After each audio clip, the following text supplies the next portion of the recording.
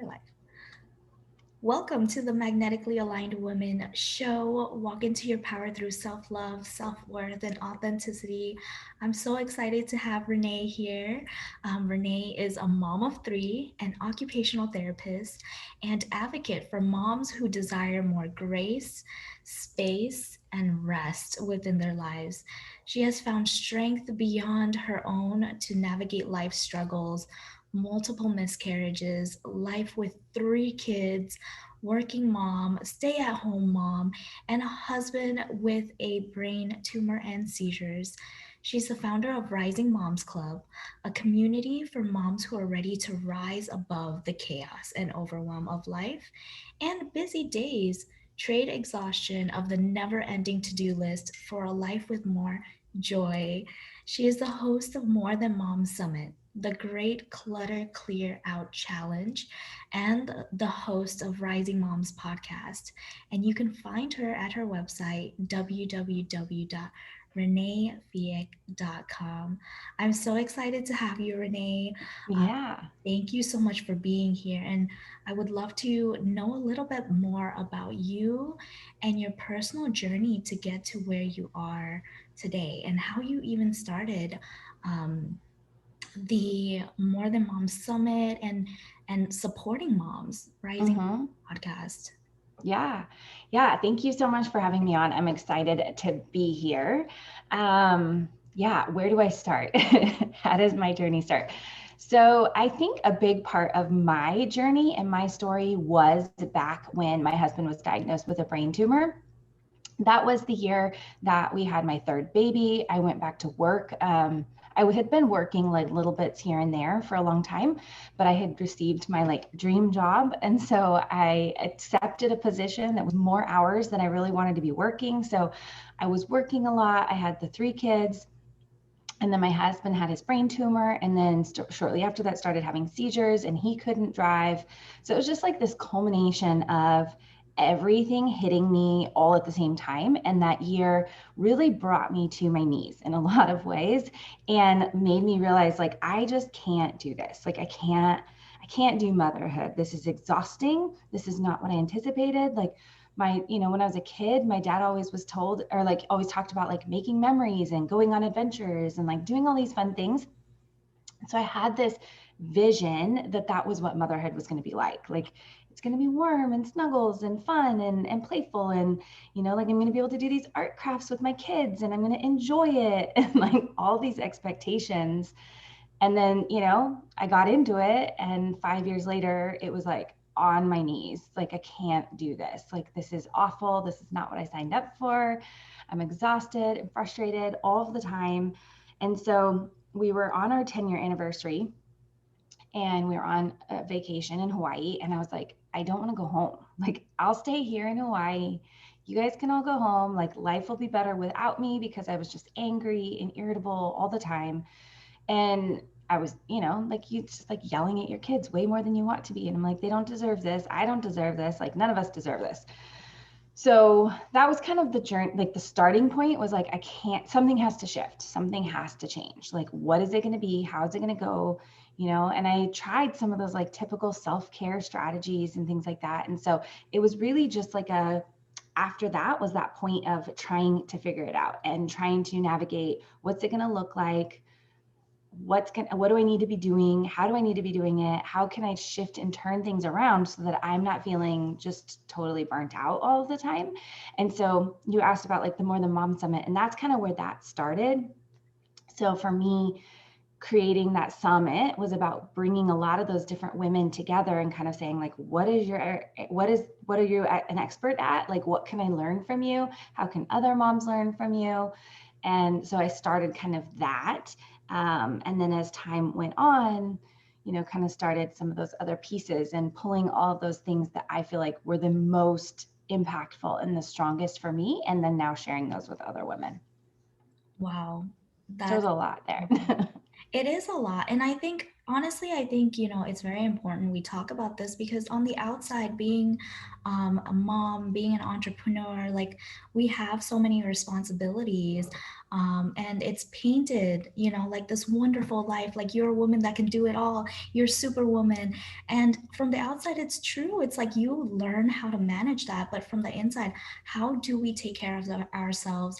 How do we find what I call alignment in life, where you are living the life that you desire to live? You know, like, do you Mm-hmm. have that wonderful, let's go on vacations, let's do barbecues, let's do all of these things and have time to spend with your children, as well as manage the home, be a successful entrepreneur, Yeah. still have time for yourself and say, you know, I love life. I'm not waking up stressed with screaming kids every day and having all these responsibilities to do. Um, Yeah. and that is a huge impact on your children as well. So, Mm-hmm. for you, what does alignment mean? Like, it's personal for everyone. And what does that mean for you? I think that alignment is definitely, I mean, it's definitely a word that I've become much more attached to in the last few years. And I feel like, well, so one of the core pieces that I have figured out is that we have to know what our core priorities are. We have to know what those, we have to know about ourselves. Like when we become moms, we oftentimes lose a big piece of our identity and our identity shifts and changes. And so for a long time, moms are like, I don't even know what I enjoy. Like, I don't even know what I want to do. I don't even know what lights me up. Like, I don't even know what self-care is going to help restore me. Like, and so there's this element of like not even knowing and just going through the motions every single day. And that piece, I think, is a big part of why so many moms feel burnt out, is like they are just reacting to everything each and every single day, right? Like our kids are constantly asking us for something when we're in the shower, and when we're trying to cook dinner, they're asking for homework, and like it's this constant reaction, right? And that place of reacting all the time makes us feel like we're always 10 steps behind, rather than when we're in that proactive space and we're kind of like anticipating maybe what's going to come, or we have a plan to some extent and we have some built-in structure within our life, then it puts us in this place of like the driver's seat. Like we feel like we're way more in the driver's seat. So when we're in that place, things, you get to guide, you get to shift where things go. And a big part of that is learning how to say yes and no to things.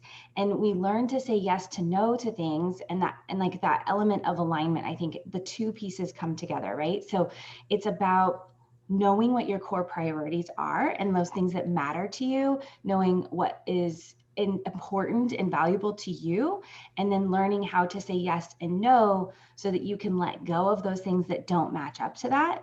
And then I think that would be like when you're truly living in alignment, right? And I feel like there's alignment, and it comes in like these various ways, right? Like when I feel in alignment with something, it's something that lights me up, makes me feel good. It feels like, yes, this fits within the structure of my life.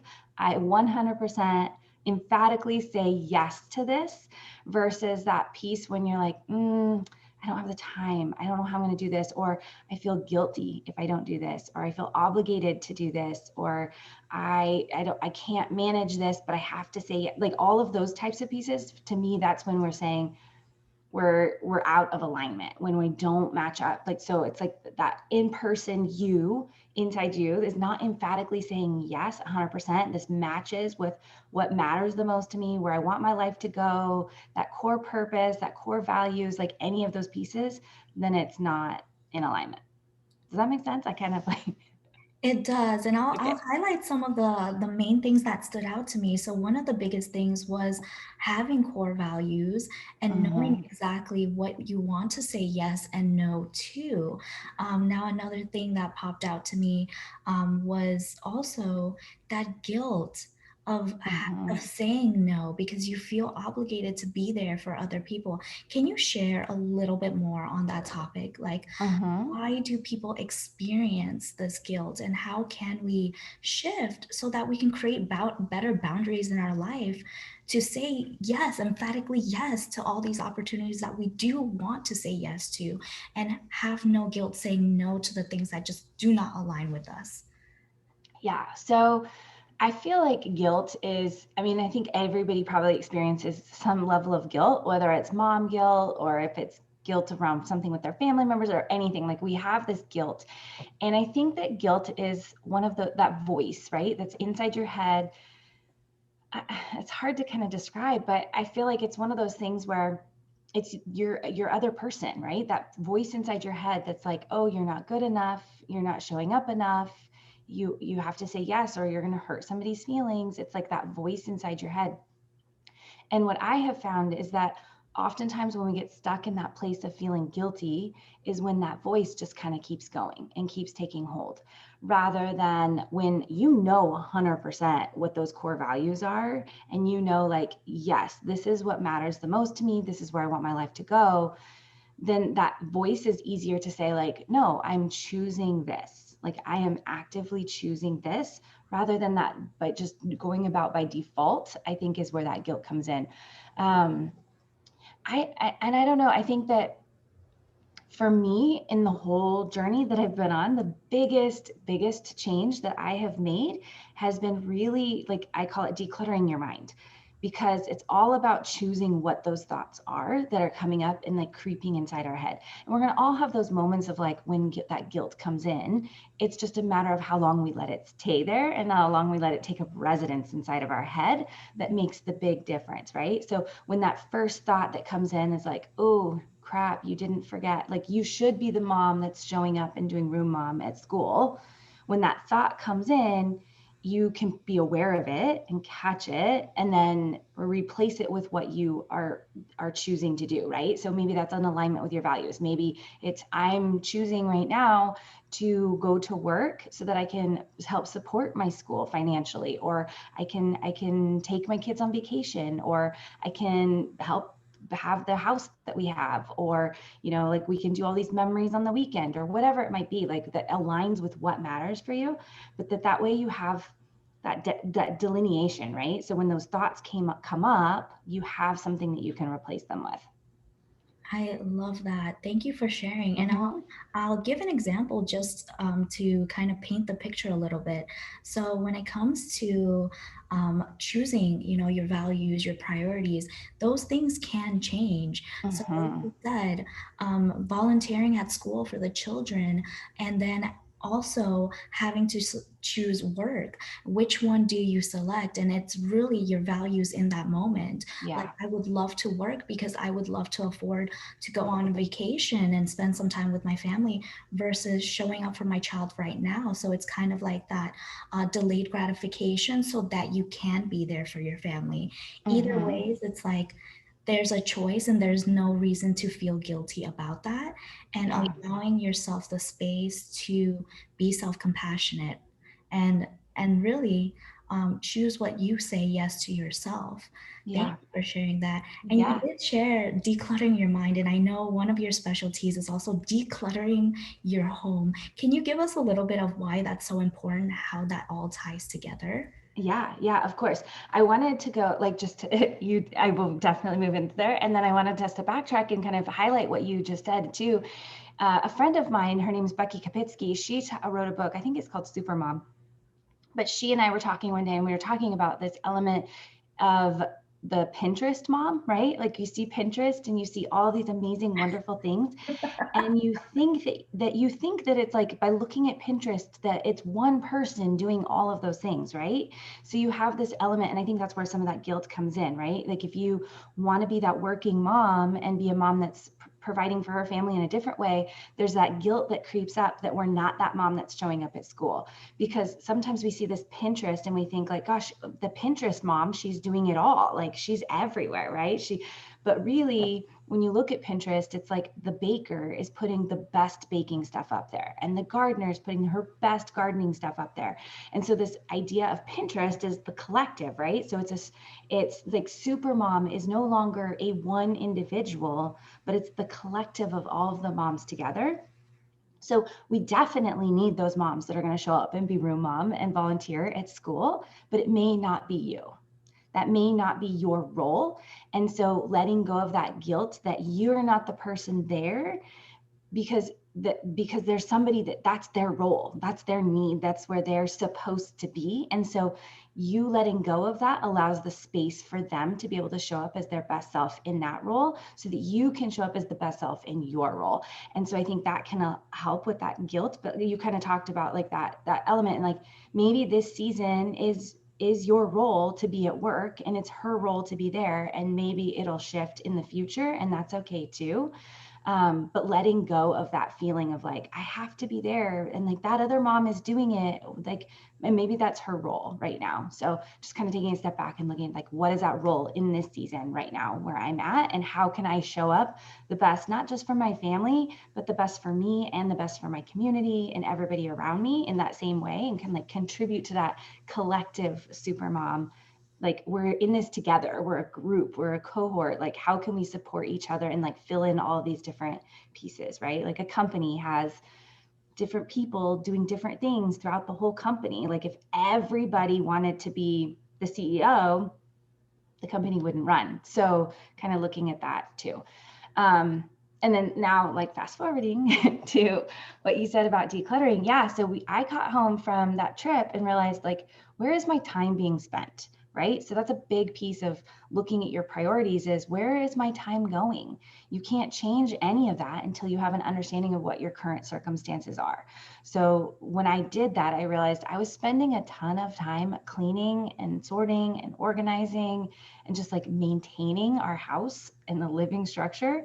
So that was a big thing for me, was like looking at where that time is being spent. And then I also read a lot of research that was talking about the impacts of our environment and how we may not even be really aware of it, but what our environment looks like is really impacting our stress levels. It's impacting the way we show up. It's impacting how we communicate. Like there's so much about, and I'm not into feng shui, but I know like that whole element is like all about that, right? Like different pieces of thing in your environment, like in different places, and I know different colors and like all these different things. Like I've heard over the years, like there's a big impact on your environment and how that impacts you emotionally and mentally.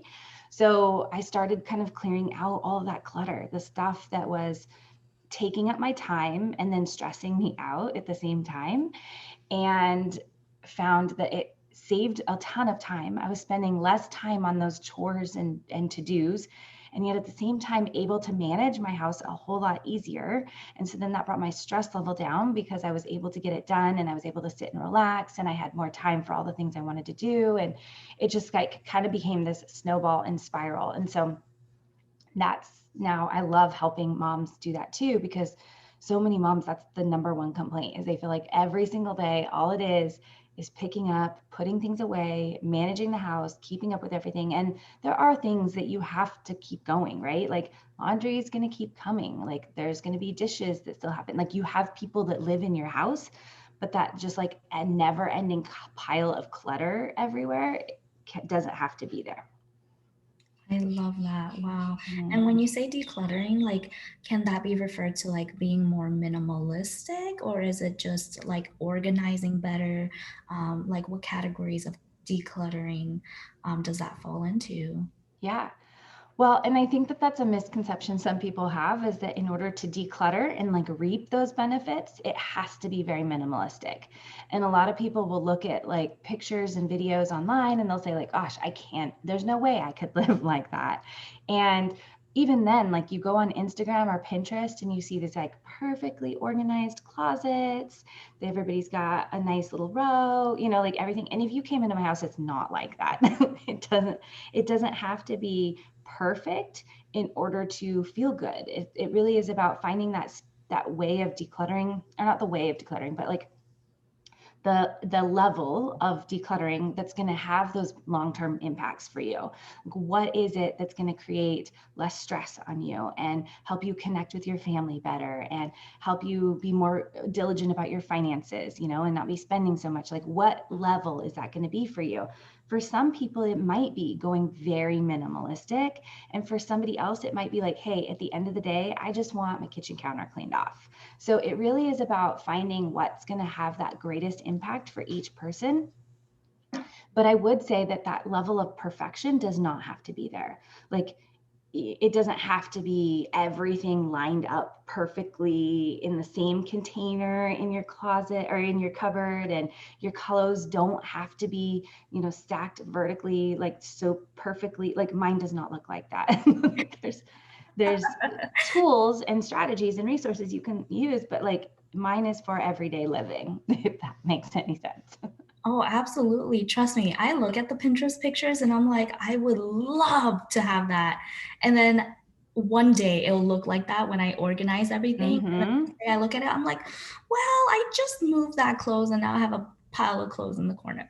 Yeah. Well, and then that's the truth too, is like you can't organize clutter. You really can't. Like there's a place for organization, right? But before you organize, you have to get rid of that extra. You have to get rid of that extra stuff. Or it is, like you said, you're just now, instead of spending your time relaxing and doing the things you want to do, now you're spending all your time organizing it and keeping it organized and keeping it there, versus if you get rid of the thing in the first place, then you're not having to pick it up and take care of it all the time. So there's an element of organization that comes in, but only after you've cleared stuff out and you've focused in on only those things that you really want to be there. And it goes back to that, it's called the 80-20 rule, right? Where most people only really use 20% of their stuff 80% of the time. So if you were able to get rid of a lot of that, could you, save a lot of that time that you're spending on that? And that's, research shows that most women would get back 40% of the time they spend on cleaning if they decluttered. So it's quite a bit of time you could get back. Wow. Yeah. Oh my goodness. Yeah, I, Yes. I definitely want that 40% of time back to do something that I love to do, right? Yeah. Yeah. That is amazing. Thank you for sharing that. And I just want to circle back to the topic of how important it is to take care of ourselves and how that also factors in. So, one of the biggest things I love to share with other women is the topic on like self love, self worth, and being authentic, like really being true to who you are. Can you Mm-hmm. share a little bit about that from your own perspective of why that's so important? Yeah. So I think especially, I mean, we've seen it a lot in this last year, but even more prior to that is this element of like our digital age having access to so much degree of difference and availability. Like there's so many resources and so many tools and so many people out there doing all of these amazing things that it sometimes can feel really overwhelming to know what is that right fit for us, right? So it kind of goes back to that kind of beginning. And I talk about like having, I said, talked about your priorities, but really I call it your true north, that place where you feel like you know what works best for you. And so for a long time, like I was reading, it's like, oh, well, this is the part of self-care that you have to have. And this is the part of self-love that's going to work. And this is the strategy that you need to have. And it really, I think a lot of it is trying it on and figuring out what's going to work for you instead of following everything everybody else says is the way to go and the thing to do, because everybody's a little bit different. Like I'm a firm believer in trying things on and trying something because somebody else may have tried something that you haven't yet tried or that you haven't given a good enough chance. But at the same time, it goes back to we talked about that alignment feeling of like, just because somebody else said that this is the one act of self-care that you have to have doesn't necessarily mean that's your self-care strategy, right? Like I even did a live video recently. I was like watering the plants in my backyard and I was like, this is an act of self-care for me. Like literally walking around my backyard, spraying water on plants in the morning can be an act of self-care. And a lot of people probably wouldn't see that as that. But for me, it's like that moment where my head can just like relax. I'm like, it's just, and being outside and then the sun and all of those things. Or, for me, like making my bed has become an act of self-care because I know that every time I walk into my bedroom and my bed is made, it makes me feel a little bit better. So I've been able to relay or like transform that element of like, this is a self-care task for me. It changes everything. Like when we look at all of those things that we're doing, right? So it really is about finding that thing that is going to work for you, trying things on, testing it out, seeing if it's going to work. And ultimately, like you don't have to do anything like self-care wise. It's really all about the way you think and all the way that you talk to yourself about it, right? Like this, even the laundry, like so many people are like, oh, I hate the laundry. It's like never ending.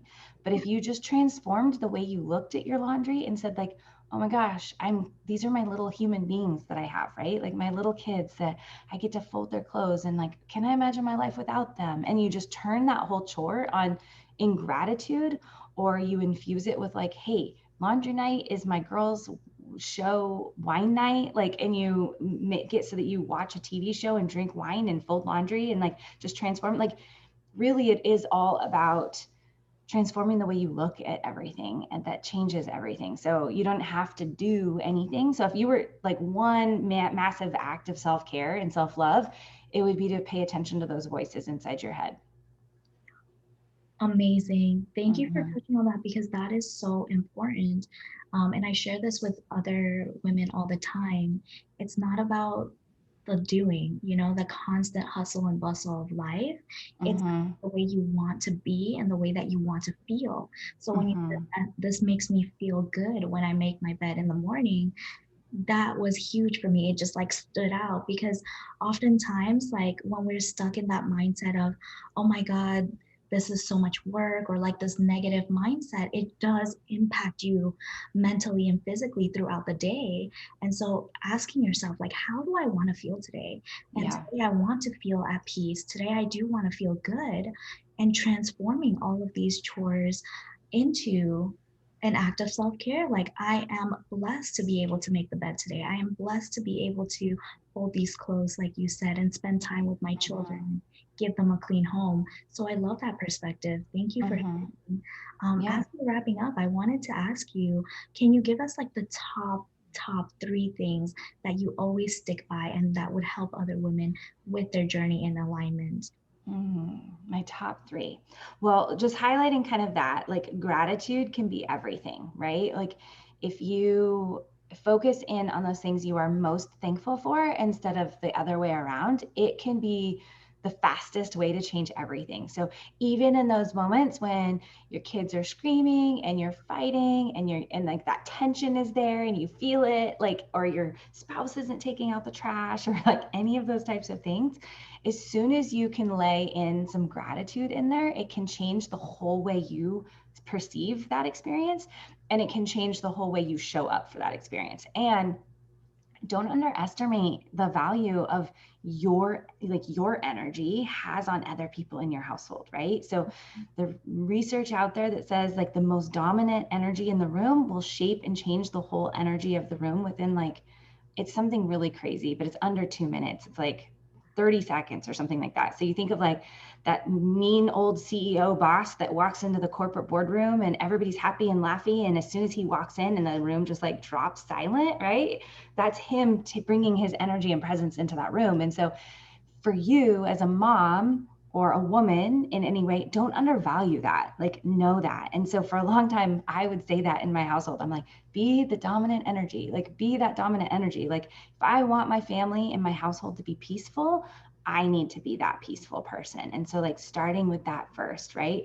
And starting with that, like, who I wanted to show up as in the house, like, what do I want my house to be, really is rooted in that gratitude. So I think starting there, gratitude and just cultivating more of that each and every single day is powerful. I actually think it could change the whole world if more people just were more thankful instead of feeling more entitled or frustrated or angry all the time. So that's one. And then don't undervalue you, like in the impact that you have, even if it feels really small and insignificant, you have much more power than you really think you do. And then that I would say, going back to that idea of like less is more, right? Like it doesn't have to be doing it all. It's doing those few things really well. Or maybe you don't have to have it all. Like you don't have to have all of the stuff in your house, but it's having those things that really matter to you. So I know that phrase less is more is a very common one we hear all over, but it really is truly showing, like having less stuff in your house allows you to show up more. Having less things on your calendar allows you to feel more joy and less stress in your life. Like it just has this effect in so many different areas that I would hold on to that one too. Like less is more, especially when it comes to like asking, like, what are we putting on our calendar? What's coming into our house? Or like, what am I letting my thoughts think? And all of those types of things. So I think those would be my three. Amazing. Amazing. And I'm just going to repeat them because I think they're amazing. So, Yeah. number one is gratitude. Number Mm-hmm. two is do not estimate your power, showing up yourself first and affecting your environment through Mm-hmm. the way that you are being. And last but not least, less is more. Yeah. I Yep. love that. Oh my goodness. Thank you so much for sharing that with us. Yeah. I know you have a little special something for everyone that is watching with us tonight, today, actually. Can you share what your freebie is? Yeah. So I created like a little mini course that is designed to help you kind of go through your house and see how you can clean your house in 15, or like how you can get it so that you can clean your house in 15 minutes or less. So it's called Clean in 15. And I'm sure you have it leaked up, but you can get it at just cleanerin15.com. So cleanerin15.com. Amazing. And I will Mm-hmm. definitely have the link for everybody who is watching today. And thank you so much, Renae, for being on Yeah. here, for sharing your wisdom, for standing up for other moms. As a mom to be, like, trust me, I understand. Like, I'm so ready to meet my baby, but I can't imagine the amount of work that goes into this, Yeah. in our daily lives. So I truly appreciate you being here. Thank you so much, and it has been an honor. Yeah. Thank you so much. I appreciated having coming on. And for everyone watching, thank you guys for joining us today, and I cannot wait to see you guys in the next episode. Bye. Bye.